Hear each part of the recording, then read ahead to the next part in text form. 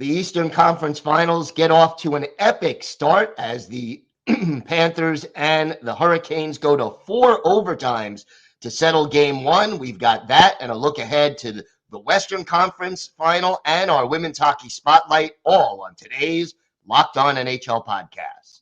You're Locked On NHL, your daily podcast on the National Hockey League. Part of the Locked On Podcast Network, your team every day.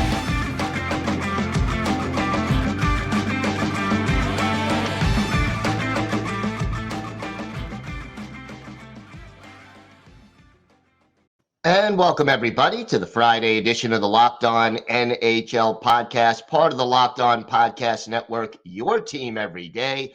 Want to thank everyone for making Locked On NHL your first listen every day. We are free and available on all platforms. Don't forget to subscribe on YouTube or wherever you get your podcasts so you can get the newest episodes as they drop. Today's episode is brought to you by Bird Dogs. Go to birddogs.com/LockedOnNHL. And when you enter promo code LockedOnNHL, they'll throw in a free custom Bird Dogs Yeti-style tumbler with every order. Well, as always, on Friday, Rachel Donner is my co-host. You could find her on Twitter at @rmiriam. I'm Gil Martin. You could find me at Ice Wars NYR VSNYI. Rachel, have you recovered from game one yet? Because I don't know how these players are going to recover. Listen, I've got extra coffee going. What an unbelievable start to that Eastern Conference series. It just delivered in every way possible, except for maybe getting us some sleep. Unbelievable game. And, it literally is the sixth longest overtime game in the history of the National Hockey League. These guys played 2 full games and almost an entire period more, all in one night. And you just, as the game went on, you saw how tired these guys were getting. Oh, absolutely. And, it's all kind of blending together a little bit, but I would say that second and third overtime were very slow. Yeah, the the pace struggle definitely was real. slowed down. No, the game was not being broadcast in slow motion. It was just these guys were exhausted. And you knew after a while, you got the feeling that it would be a mistake that somebody made because they were so tired that would lead to the goal, but that wasn't exactly how it ended up happening. Well, at least it wasn't a goaltending mistake, Right. because both of those goaltenders, Sergei Bobrovsky especially, incredible performances in this game and just enduring through what had to be a pretty difficult situation. Yeah, 63 saves by Sergei Bobrovsky in this game. And, that's just pretty incredible. And to think, he's going to have to go out and do it again in another day, one day off and then right back at it. That is going to be grueling. I wonder how the coaches handle that situation. Both of these teams have very good, backup goalies. How much do you think this will affect the two goaltenders going ahead to game two? I mean, there's certainly going to be a lot of physical therapy intervention going on here, but I mean, you can't pull either one of them in this No. situation. You just can't, and you have to, put it on the skaters to do some extra work to support their goaltenders here. I think, oh, what a marathon! I just can't help thinking about Ryan Lomberg though, Yeah.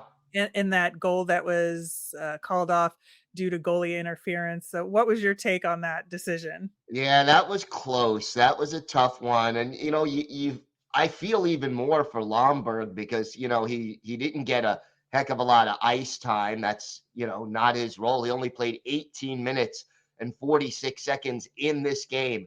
And for him to have a chance to end it would have been so meaningful, to Yeah. him especially. And obviously they call that back. Did you think it should have been disallowed, or what was your take? It was very, very close to me. I think it really could have gone either way. The broadcast seemed to think it was a slam dunk as interference, but I just felt there was too much going on with the players in front of the net, and Right. you could have made the argument that the goalie caused some of it, I think, just to a certain degree. So yeah, I mean, I can't really argue with it because again, it could have gone either way, but it was definitely close, but it would have saved us a lot of sleep. And then you look at some of these numbers, like Radko Gudas, 12 hits in the hockey game, and so many face-offs taken in this game.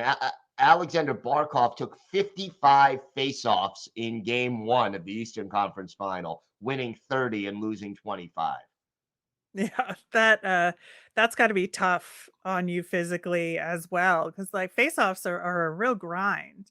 Yeah, Um, yeah, I was looking at the stats. First off, the stat charts, because there's so many extra periods, are just massive. yep, But it was interesting because the Florida Panthers had one more high danger chance for they let in that stat 27-26, and that's all it took, right? yep. That And one that extra one shot. was the difference. And then how about this stat? I'm looking. Brent Burns played 54 minutes and 43 seconds. That's almost a complete game by himself. He had 5 hits and 10 blocked shots in God bless 71 that shifts. old man. Yeah, God 38 bless years him. old and doing all of that. That is insane. 10 block shots. I can't even imagine the black and blue marks that he's going to have on his body after that, and his team ends up losing game 1. Oh, so, I can't imagine. I mean, I can imagine, my Flyers were involved in that 5 I overtime remember watching game, that one. and so, yeah, I was absolutely on the edge of my seat watching that one as well, and I famously told the story of my brother who attended the game and left, in this 2nd overtime period. But, I think that it's, it's so disheartening to be on the losing side, and it really just establishes almost, a mandate to go ahead and win this series in a lot of ways when you win a marathon game like this. But I think given that it was game 1 and not, Yes. like, somewhere middle in the middle of this series, I feel like, Carolina with all of that skill is going to be able to come back from this, but I just find it so challenging for them given that these are their home games, right? And so they had to deal with that in game 1 and lose, and then being exhausted for game 2 at home. They're really gonna have to put forth an extra effort on the road in games 3 and 4 to really get this one back. And then the other thing is now game 2 almost becomes a must win because they don't want to go down to Florida down 2-0, and one of them being that marathon loss. So game 2, we talk about physically needing and mentally needing to bounce back after the marathon game. I think it's more critical for Carolina because the underdog in any series, you want to split those first two on the road. Well, as far as Florida is concerned, that's mission accomplished. If they win game 2, they're in the driver's seat. Yeah, you have to think though that Matthew Tkachuk getting that goal, to end it almost seems poetic in a lot of ways, as a team leader, and he's gonna do everything in his power to prevent that from happening again, as well as, pushing Florida on in the series, and it just feels like there's something special happening with that team given everything and the series they've had so far, and then having this game. I feels almost inevitable in some ways, but again, I would not count this Carolina Hurricanes team out. They are such a tough team to play against, and this series is far from over, but it'll be tough to match the drama of game 1 uh, that we saw because, wow, 4 full overtimes minus what, 13 seconds. So, uh, what a night. to get the conference finals started for the National Hockey League. Well, we have got a lot more to discuss on today's show. We have Erica Ayala stopping by for our women's hockey spotlight. And of course, we have the Western Conference to discuss as well. We've got all that and a lot more still to come on this episode of the Locked On NHL podcast. Today's episode is brought to you by Bird Dogs. Attention active individuals, are you tired of sacrificing comfort for style when it comes to your activewear? Well, Bird Dogs is the game changer in athletic shorts. Picture this: premium shorts designed for maximum performance combined with unparalleled comfort. Bird Dogs are here to revolutionize your workout routine. With their unique built-in liner, these shorts offer the ultimate support and flexibility, ensuring you stay comfortable during even the most intense workouts. And here's the best part: Bird Dogs are more than just workout gear. They're versatile enough for you to take from the gym to the street without skipping a beat. Bird Dogs are made with premium, breathable fabric that keeps you cool and dry throughout your activities, whether you're on the trail, at the gym, or simply lounging around. Order your pair of Bird Dogs today. Just go to birddogs.com/LockedOnNHL. Enter promo code LockedOnNHL. You'll get a free custom Bird Dogs Yeti-style tumbler with every order. Bird Dogs, where style meets comfort and performance meets perfection. Get yours now and unleash your true potential. And now it's time for our Women's Hockey Spotlight with Erica Ayala. And welcome back to the Friday edition of the Locked On NHL podcast. And right now, we are happy to welcome back our bi-weekly host of our Women's Hockey Spotlight, Erica Ayala. And Erica, busy time in women's hockey right now, even though it is the off season. Well, that's when all the business happens, Gil. So yes, we're in free agency in the Premier Hockey Federation, and still waiting for official word from the PWHPA as far as what the fall will look like for them. But we have lots of player movement. We are still awaiting some head coaches for two of the teams in the PHF. So yes, lots of news, lots of rumors. It's all happening.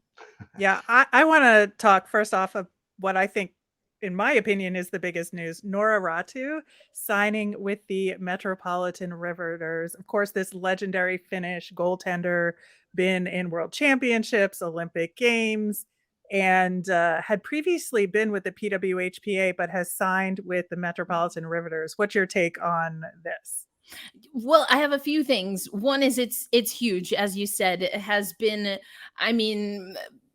such a great goaltender in women's hockey, whether you're talking about in the WCHA, in college, playing for Team Finland, as you mentioned, Rachel, playing in the CWHL, and then being one of the ambassadors when the Chinese national team brought two teams that then went down to one team to the CWHL. And then also she's coming out of retirement and had a really gnarly, and I believe we talked about this on Locked On NHL, but had a really bad contract divorce is the term we hear these days with Team Finland, which was rumored to be due to some discrepancies with the coaching staff. So Noora Raty, huge. And also she gave an interview with, I believe, what was a Finnish outlet, saying that she, as you mentioned, Rachel, involved with the PWHPA, was on the board, saw what the proposal was there, and opted to get a bag, as they say, knowing that her career is, coming to a close. And how much at this point in her career can she help New York? Well, that's the question. And it's not just Noora Raty. It's also Kacey Bellamy has signed a big contract, $120K plus a $7K signing bonus, which on my women's hockey podcast as part of the Black Rosie Media Founding Four podcast, we talked about this, that a $7K signing bonus used to be a competitive salary in this league. So that's just how much influx is coming in. But to your point, Gil, it's a little bit of a balancing act right now in women's hockey in this wild west of free agency. Those are big names, big draws. And what have you done for me lately? Janet Jackson just had a birthday a few days ago, so throwing that out there. What have you done for me lately? we don't know when it comes to Noora Raty and when it comes to Kacey Bellamy. So I guess we'll just have to wait and see. So I think the other big team for me that's made a splash this offseason so far is Montreal. And so I'm curious what you think about the new signings they've had and the returning vets and so many names. They are like well into their free agency process right now.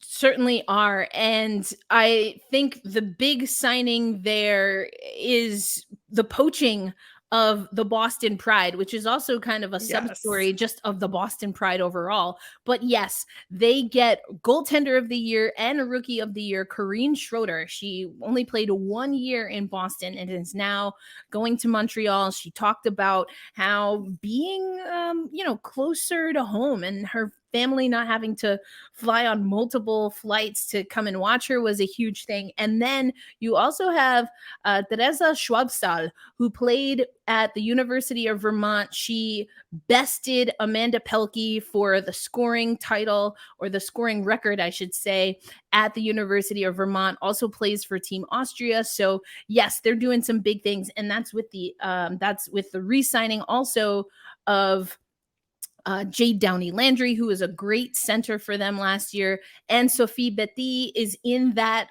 conversation of players that what can they do on the ice. And Betty was really good last year, but also is a massive name. So, I mean, I think that there's a lot going on there. And then also Elizabeth Giguère, who has played with Hockey Canada in the rivalry series, also from Boston, goes to Montreal. And yet Boston, in addition to losing players, they've been adding players as well. Yes, and this is another big name coming out of the NCAA, Alina Muller. She, at 20-something, is a 3-time Olympian. I mean, that's a huge pickup. The next few years of players coming out of the NCAA are really going to give us an understanding of how we look at the landscape of women's pro hockey, because these are Olympians. These are multiple time over NCAA champions. We're seeing with the transfer portal, a lot of players winning one place and then trying to go win a championship with the Ohio State seems to be a pretty big draw. I'm thinking of Kayla Barnes, who of course is an Olympian, couldn't quite get it done with Boston College and is now headed to the Ohio State University. So I think it's a really, like I said, I kind of been using this terminology, wild, wild west of times, but this is all good. I really do think that it's good. I know some people have allegiances or one operation that they prefer over the other. But I think what you're going to see is some really good hockey, and the $1.5 million salary cap is enticing players. But it also means some of your middle of the pack athletes are having to find ways and make a case for them being grinders on other teams. So the champion Toronto Six, what are their chances, do you think, given how free agency is going so far for them? That's a really great question, Rachel, and it's something that we broached on Twitter Spaces again with the Founding Four podcast. But you have to remember, we talked about this before, the Toronto Six signed Daryl Watts mid-season and to a 2-year deal, and her second year she's going to make $150K, which is reported to be, that's US dollars, it's $200K Canadian. She is the highest paid player as of right now. We see Kennedy Marchment renegotiated her deal with the Connecticut Whale, much deserved, and she tapped out at $130K. So still Daryl Watts is set to make the most money next season. So what does that, though, as far as that portion of the salary cap, how does that impact what the Toronto Six can do? Because they signed that deal before they were officially champions and then having to re-sign some players to defend their title. But we do see that they brought back the captain, Cheyenne Darkangelo, who was the lone U.S. skater on that Toronto Six team to hoist the cup. And they also brought back Elaine Chuli. And I think those are really solid signings. So now we have to just wait and see what they're going to do. We have Angelica Rodriguez, who contributes to the Ice Garden and Black Rosie Media, saying that they do expect to have Carly Jackson back. She backstopped Elaine Chuli. So it's really a little bit of a wait and see. But again, how does the timing of even what the PWHPA is doing, or just the timeliness of some of these other signings, how does that impact what Toronto and other teams can do? We haven't even talked about the Buffalo Beauts, who don't have a head coach yet. We haven't talked about the Minnesota Whitecaps, who have been making signings and have re-signed some players, but don't have a coach yet. And how does that impact where free agents want to go? Yeah, it's a wide open, as you say, wild west kind of a thing. Are you big picture concerned about competitive balance? You know, you have the salary cap to sort of check that, but how concerned are you about not having too many haves and have-nots? That's an interesting question within the context of women's hockey, because we've seen the ebbs and flows of that already. And so I think Boston. honestly, there you go. But or I should say, and Boston in the CWHL, the Boston Blades. And then when everyone jumped ship from that one season, the Blades won in 20, I guess it would have been 13-14. And then, 14-15. And then in 2015, either way, once the NWHL, numbers are hard. Once the NWHL came around, we saw the national team players come to the league where they got paid, won that inaugural championship. But then it was the Buffalo Beauts, with a goaltender on the cusp of retirement, actually announced her retirement right before the final, in Brianne McLaughlin, now Biddle, Brianne McLaughlin Biddle, but was able to stun Boston, and they didn't get their repeat championship until years later. So it's a little bit of a toss-up. I think that overall, you are going to see big names that might want to cluster together and build super teams, a la what we see in the NBA, and even now the WNBA is doing that. But I do think that women's hockey is structured a little bit differently, especially at the collegiate level and even the international level, where you have, again, Olympians. Not the United States and Canada do not hold a premium on Olympians. There are Olympians that play elsewhere and that are really good. You've got Emma Soderberg. We've been talking about My fave. exactly. Love her. I got to pander to the co-host here. But I mean, so again, it's an interesting question. I just don't know that we have the answer yet, Gil. Fair enough. Well, Erica, thank you so much for stopping by. Erica does our Women's Hockey Spotlight every other week here on the Friday edition of the Locked On NHL podcast. Looking forward to the next one, Erica. Thank you so much. Thank you for having me. And like you said, look forward to the next one. Who knows what the big splash will be then? We have got more to get to on today's Locked On NHL. The Western Conference Final gets started tonight. Should be a great series. We will preview the Stars and Vegas Golden Knights, and a lot more still to come on this episode of the Locked On NHL podcast. So I wanted to thank Erica again, and Rachel. The whole free agent situation right now remains ongoing. Yeah, since we recorded that, there have been more signings, more players switching teams. I think most notably Kaleigh Fratkin, who played with the Boston Pride last season, one of the all-time best defenders in NWHL/PHF history. She's been with the league since jump, been defender of the year twice, is now a Metropolitan Riveter. So that team continuing to get stacked. And man, this upcoming PHF season is going to be great. No question about it. And looking forward to seeing how, the free agency continues to play out. So the Eastern Conference Final certainly got off to a dramatic start, but tonight, 8:30 Eastern time, the Western Conference Final, Dallas and Vegas, Game 1 is in Vegas. Your thoughts on this series? Yeah, this is going to be a good one, because I think that if you looked at the previous series, the Golden Knights, obviously, to defeat a team like the Edmonton Oilers with that kind of offensive firepower, had to really button up defensively, plus have their core step up and score the goals necessary. And that's what they did, right? And I feel like Jack Eichel is having a tremendous playoffs right now amongst many others on that team, but to see him thrive in the playoffs is what we've been waiting for all this time in his career, and so it's so great to see that. But then you looked at the other series where the Stars, defeated the Kraken in 7 games. That series was much more open in terms Hmm. of offense, a lot more goals scored overall, and so it feels like Vegas is primed to win this one because they know what it takes to shut down a team offensively. Plus, when you have Jason Robertson on Dallas, one of their key players is not scoring at the level that he did in the regular season. This just feels like Vegas just on to the next one in a lot of ways.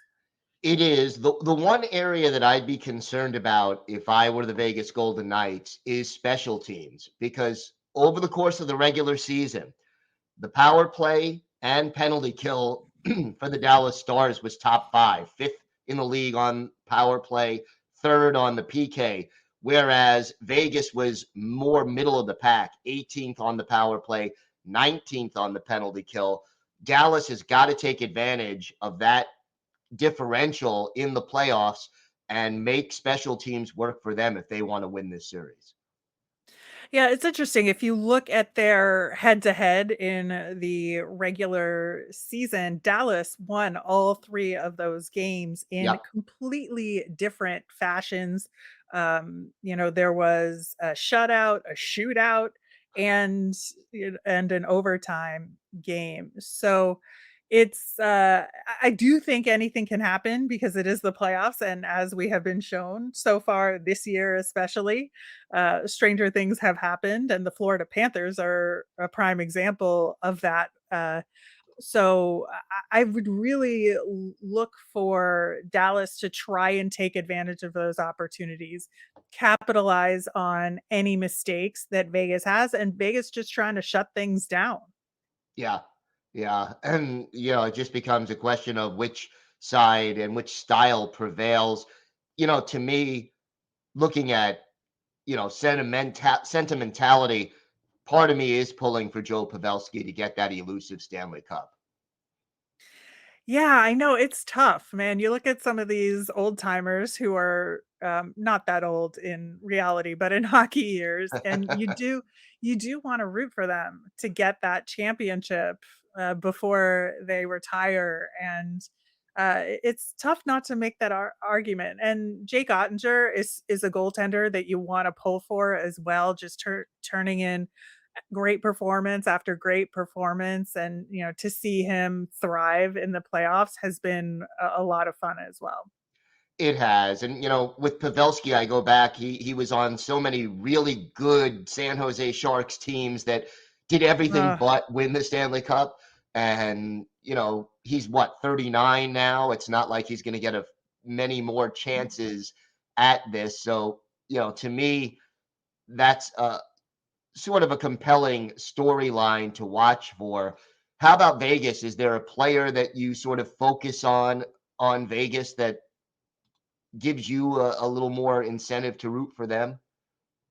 I mean, I mentioned Jack Eichel, and I think that for me has been the best thing about watching Vegas in these playoffs is, we've just been waiting so long with all of his time in Buffalo, and then the injury and the surgery, and just this is the Jack Eichel that we've been promised this whole time, and I'm just so happy for him that he's finally able to experience this. Oh no, absolutely. How about Aiden Hill? I mean, talk about somebody who, seemingly came from nowhere to be in a position to lead a team to the conference final. I mean, that's a pretty nice story as well.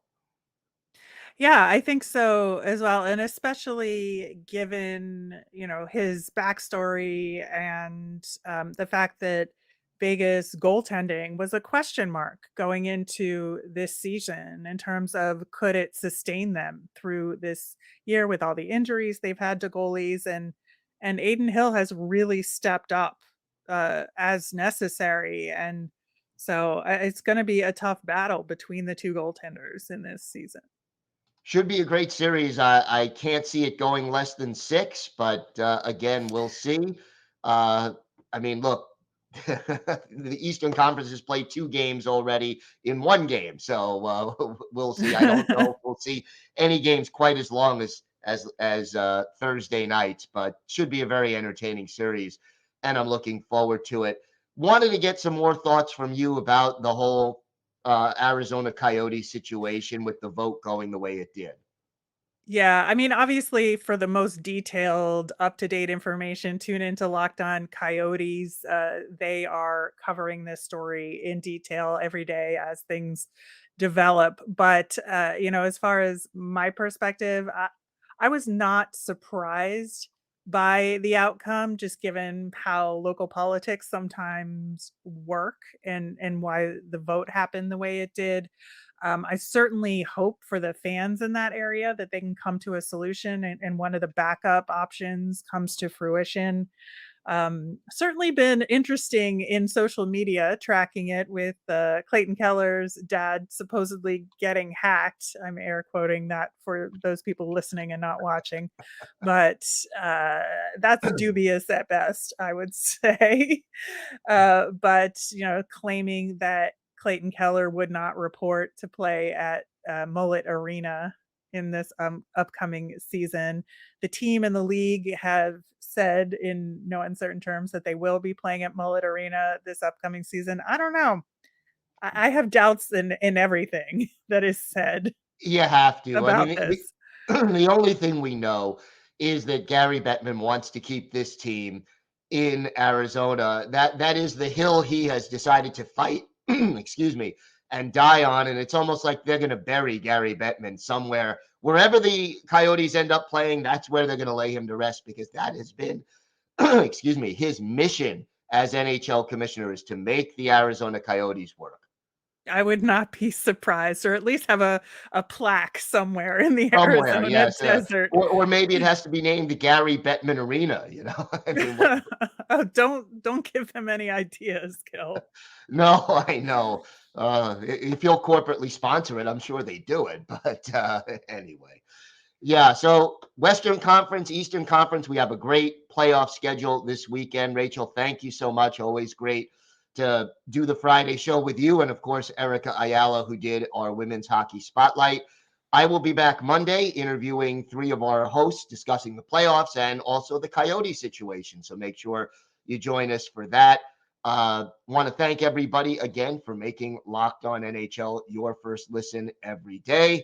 Have a great weekend, everybody, and thanks for listening to the Locked On NHL podcast.